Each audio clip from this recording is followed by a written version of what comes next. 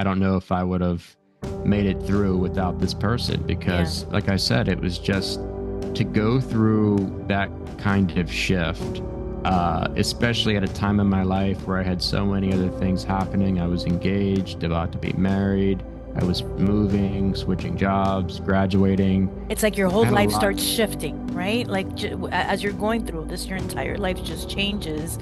And what you're looking for is consistency at that point because you're feeling so lost and so broken. And the complete opposite is happening. I find that fascinating, right? It's almost like you Yeah, say, it's our self-reflection, and we're putting these obstacles to make us stronger so that we yeah, understand how capable we truly are within. We have all these beliefs and we're so fear-based with everything that they're putting in front of us. And I find it fascinating because when people get to that point of awakening where you're at, everybody has the same final thoughts on it. It's kind of like it takes a minute to get here, but when you do arrive, it's a beautiful way to live, right? It's the only way to live, yeah, you know? yeah, Uh, yeah, yeah, so with that being said, you talk about like you're not broken, you're just waking up, right? So what does that yeah, yeah, awakening really mean? yeah. So, awakening to me is simply allowing the real you to shine. And for so many people, they want that. They're longing for that. But it's just too much to let go of all the conditionings and all the programmings that are covering their true authentic selves. And so I reached the point in my journey where I said, okay, I have a choice.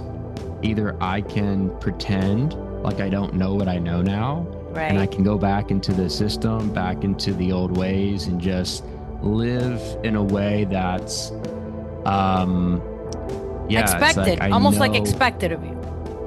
yeah, yeah, a lot of performance, but living in a way where there's this conflict of inside my heart, I know what the truth is, I know what I'm experiencing, and it doesn't align with what all these people are telling me, but I'm just going to fake it and pretend like I agree just to fit in. So, knowing that if I were to do that, I would maintain all these relationships I had built over the years, I would, maintain the status that I had and my reputation and all these things. It was a very egoic thing, but I knew that that was option one.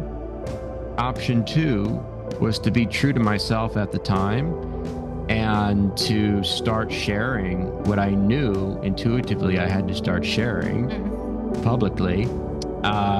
And then, chance losing all these people and being mocked and being called a heretic and being asked to, no longer be a part of the spiritual community that I was, whatever it was. Like I knew that I was going to have to face all those things, and I did. But when I went with the option of being true to myself and following what I knew in my heart I had to follow, regardless of what it looked like, the amount of peace I started to live with, Yeah. despite being in this storm of, again, being called the heretic, being called deceived by the devil, and all these things, all the judgment, all the condemnation that was coming at me, it wasn't phasing me at all because for the first time in my life, I was just being me, and I was experiencing this inherent liberation, this inherent wholeness that was always there.